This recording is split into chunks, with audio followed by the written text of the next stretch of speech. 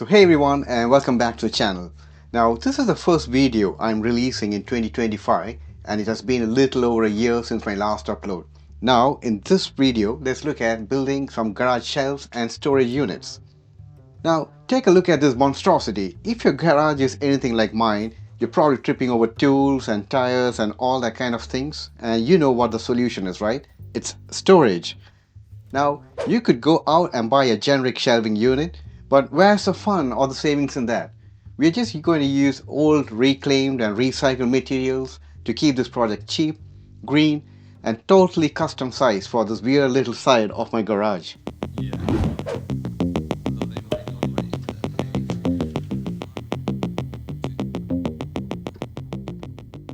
And for these first pieces, all I'm doing is drilling out my countersink holes right where the screws are going to land. And why? Because we are going straight into the brick wall with these bad boys. Time for the heavy hitter. Grabbing the SDS drill, I'm going to smash these holes right through the wood and into the wall. And the heroes of the story are these chunky 5mm concrete screws. They're not going to go anywhere.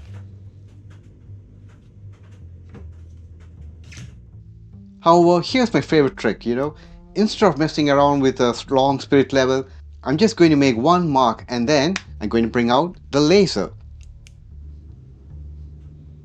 This little green line makes life so much easier. I set the beam perpendicular. Once the beam is perpendicular, I can drill rest of the holes into the wood.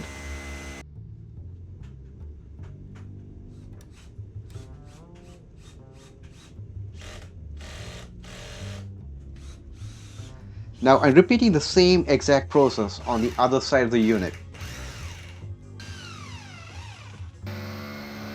We are going to have 4 frame supports at the back and 4 for the front. Now it's time to start building out the guts. So for that I'm cutting these additional supports to hold the actual shelves. And to drill, pre-drill, countersink and drive the screws home.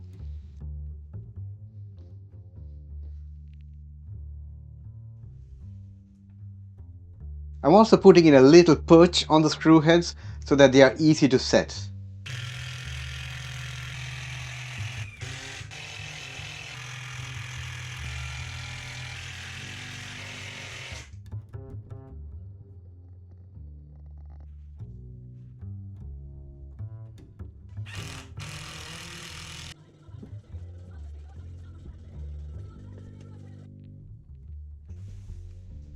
And for the shelves themselves, we're going to be using these recycled melamine boards, which incidentally came from an old wardrobe. You guys might remember it from earlier projects. So it is the same concept. Line it up with a laser, drill it, countersink it, and then screw it.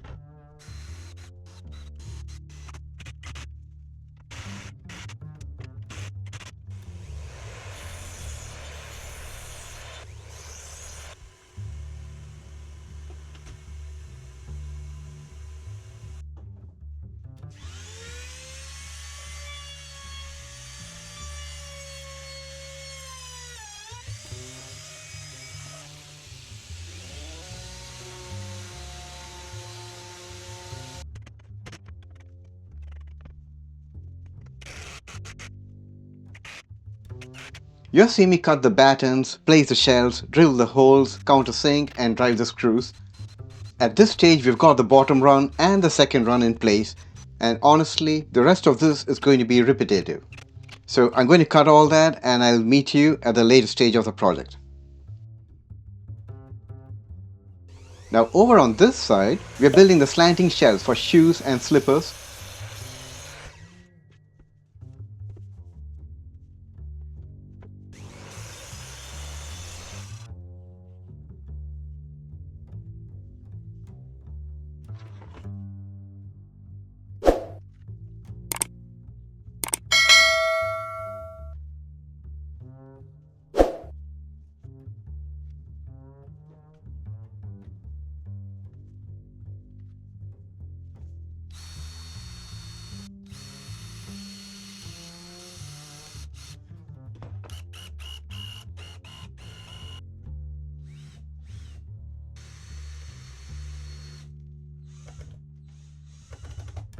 I'm leaving this part in this for a reason, guys, because this right here is a total disaster.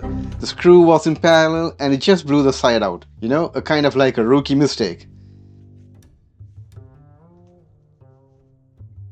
But no worries, that's a quick fix for this. So I grabbed a new piece and used the fence on my table now as a backstop. This now is a much better build and it's sturdier, and it's in fact better than the previous melamine piece.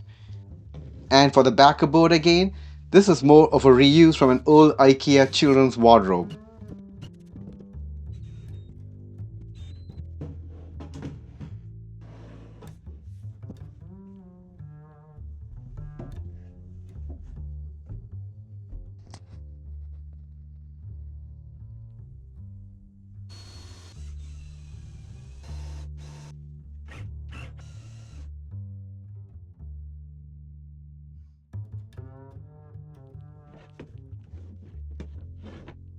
Over here, I'm fabricating the simple basket unit, to hold water bottles and smaller items. It's just a four-sided box with a simple base, but it's sturdy and it gets the job done.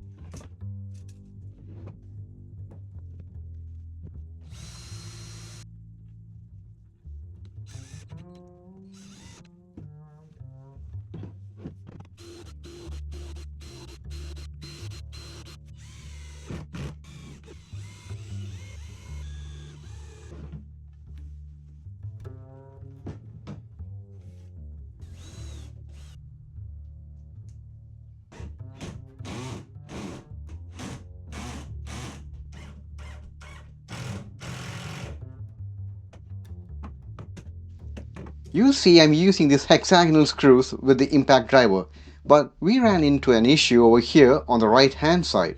The wall access is super limited. So my solution? I grabbed a bunch of these little hex drill bit holders and created a kind of like a drill bit chain to extend the reach.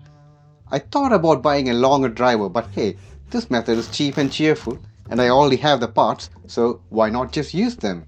Now look underneath the boiler. You can see all these pipes for the gas, the cold water, the drains and the hot water and all that.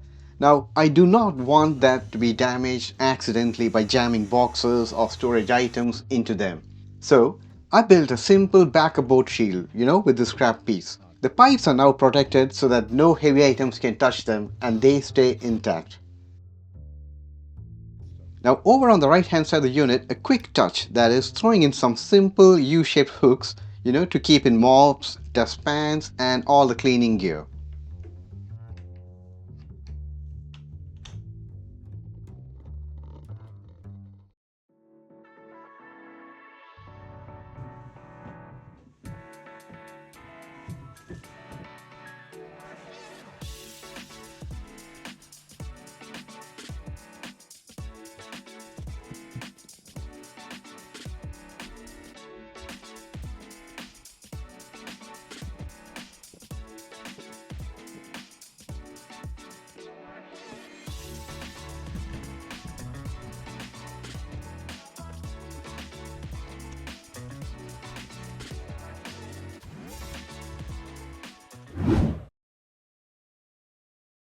And now for the grand finale. But while we're on the topic of storage, check this out. I'm taking this old wardrobe doors from an upstairs bedroom and turning them into a shelf right over the garage door.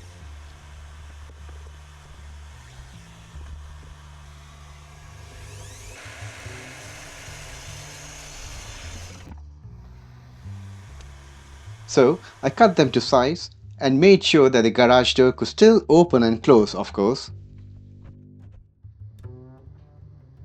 I'm marking the position with a laser. Now this is going to be supported at the rear by the garage doors frame, but over on the front it's going to be supported by these 2x4 blocks. A 2x4 support, and on top of that a 2x2 beam, and then on top of that the wardrobe door resting on that. It's going to be a massive shelf, in terms of length, and it's going to stretch the entire length of the door.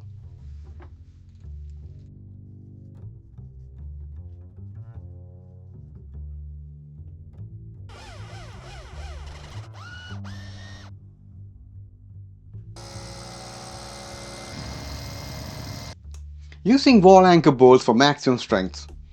Tap them in, tighten them up with a spanner, and as I'm demonstrating it right here, it is incredibly strong.